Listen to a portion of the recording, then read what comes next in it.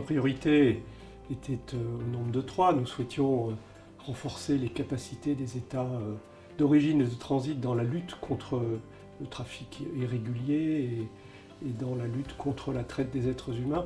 Nous souhaitions travailler sur la question du retour et de la réinsertion. Nous souhaitions enfin mettre en valeur le rôle des diasporas dans le développement de leur pays d'origine, notamment au travers des transferts de fonds.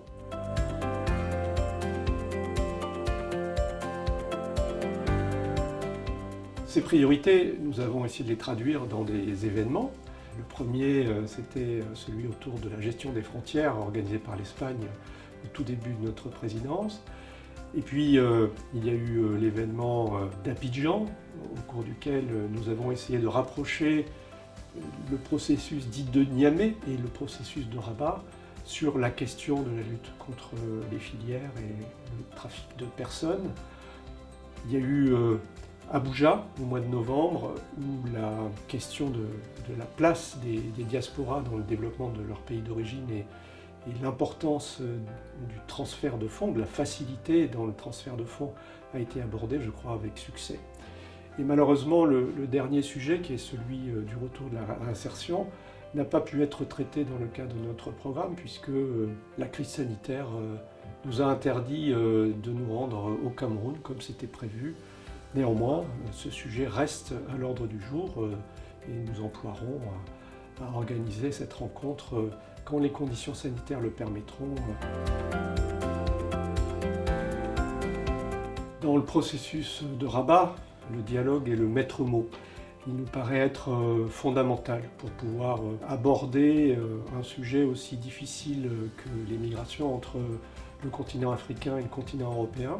Nous devons l'aborder sous tous les aspects, à la fois la protection des plus vulnérables, que ce soit sur le continent africain ou ceux qui souhaitent venir en Europe, que ce soit en matière de migration légale qu'il convient d'organiser et de faciliter, qu'il s'agisse enfin de lutte contre l'immigration irrégulière, qui reste un problème difficile mais qu'il faut que nous abordions ensemble dans un esprit de solidarité et de responsabilité partagée. Notre dialogue a essayé d'être le plus inclusif possible. Bien sûr, par définition, il rassemble des États et des représentants de gouvernements et d'institutions. Nous avons essayé de travailler avec les sociétés civiles. C'était le cas en particulier à Abuja. Nous avons essayé de travailler avec le monde de la recherche. Ça a été le cas lorsque nous avons discuté des causes profondes des migrations. L'ICMPD est naturellement notre, point d'appui principal, un secrétariat efficace et bienveillant qui nous a accompagnés tout au long de cette présidence et qui a été l'interlocuteur premier de tous les États membres dans la mise en œuvre de nos projets. La Commission européenne vient de proposer un nouveau pacte pour l'asile et les migrations aux États membres de l'Union européenne. La Commission a mis l'accent de manière extrêmement attentive sur un pilier de ce pacte qui est celui de la relation avec les pays d'origine et de transit. Et je crois que, à cet égard, le processus de Rabat a été un pilote, a donné l'exemple sur le type de relation que nous devions avoir entre l'Afrique et l'Europe pour parler de migration.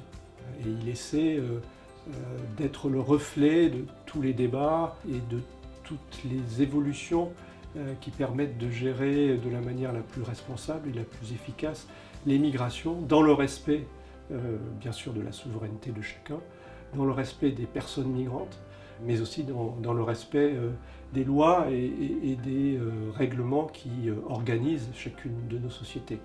Et ce dialogue, qui est un peu pionnier, a été reproduit dans d'autres régions du monde.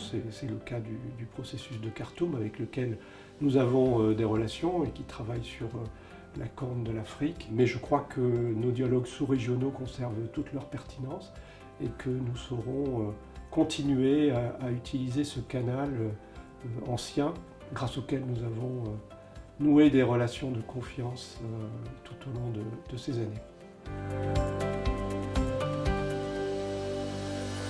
La présidence française va s'achever très bientôt et nous allons passer le flambeau à la Guinée équatoriale.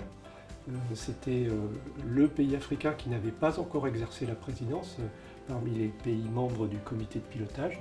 Et je suis sûr qu'il saura apporter au processus toute son expérience et tout son enthousiasme. Et voilà, et naturellement, la France sera à ses côtés, si la Guinée équatoriale le souhaite, pour l'accompagner dans l'exercice de cette présidence qui commencera très bientôt.